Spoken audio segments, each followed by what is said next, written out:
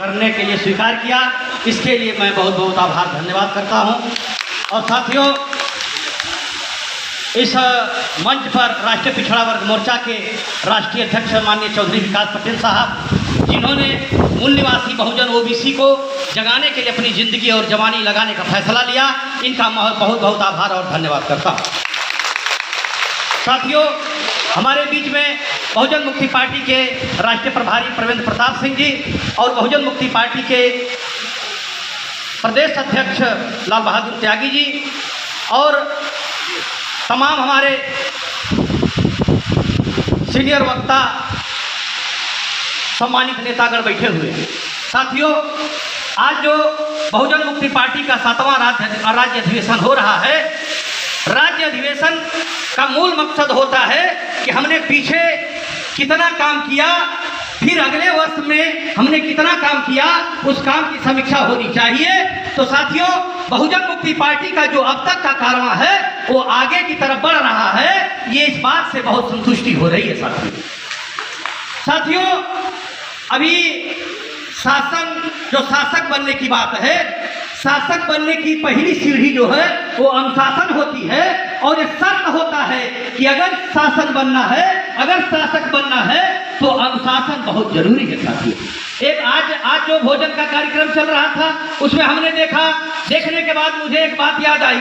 माननीय कांसीराम साहब के समय में ऐसे ही अधिवेशन का कार्य चल रहा था, भोजन का कार्यक्रम चल रहा था, तो जिस तरह से लूट मच गई थी, उसी तरह से माननीय कांसीराम साहब खड़े होकर के कह रहे थे कि मैं इस मूल निवासी बहुजन समाज को इस देश का शासक बनाना चाहता हूं, बहुजन समाज बना करके इस देश का शासक बनाना चाहता हूं, मगर ये तो भोजन समाज बनता जा रहा है। तो साथियों, हम लोगों को क्या करना चाहिए? भोजन समाज न बन करके बहुजन समाज, मूल निवासी बहुजन समाज का निर्माण करना होगा और इस देश का शासक बनने के लिए तैयार रहना होगा। क्योंकि अब किसी भी राजनीतिक पार्टी के पास अब कोई ताकत नहीं बची है। अगर कोई ताकत अगर बची है, अगर इस देश का अगर कोई शासक बना सकती है कोई राजनीतिक पार्टी, तो सिर्फ और सिर्फ बहुजन मुक्ति पार्टी है, और अब कोई राजनीतिक पार्टी दिखने वाली नहीं। साथियों, बहुजन मुक्ति पार्टी का कारवां बहुत तेजी से बढ़ रहा है, और आप देखिए, मेरा जो मानना है कि इस भारत देश में सत्ता परिवर्तन की लड़ाई है, ये नहीं है। इस देश में व्यवस्था परिवर्तन की लड़ाई है। आप महापुरुषों के आंदोलन को जरा उठाकर देख लीजिए कि चाहे तथागत गौतम बुद्ध से लेकर के पेरियार लड़ई सिंह यादव से लेकर के छत्रपति साहू जी महाराज से लेकर के बाबा साहब डॉक्टर भीमराव अंबेडकर साहब, फातिमा शेख से लेकर के मान्यवर कांसीराम साहब तक अगर देखा जाए तो व्यवस्था परिवर्तन के लिए आंदोलन चला, और व्यवस्था परिवर्तन से सत्ता परिवर्तन हुआ, और सत्ता परिवर्तन होना चाहिए तो व्यवस्था परिवर्तन के उद्देश्य के लिए होना चाहिए। अभी आप लोग देख रहे होंगे नेपाल में, वो वहाँ के लोग कहते हैं कि नेपाल वालों की बड़ी छोटी आंखें होती हैं। नेपाल वालों की छोटी आंखें होती हैं, तो छोटी आंखें वालों को ब्राह्मणवाद दिख गया और तख्ता पलट हो गया, तो क्या भारत के बड़ी बड़ी आंखें वालों को क्या ये ब्राह्मणवाद दिखाई नहीं दे रहा है? अगर दिखाई दे रहा है तो कब तख्ता पलट होगा?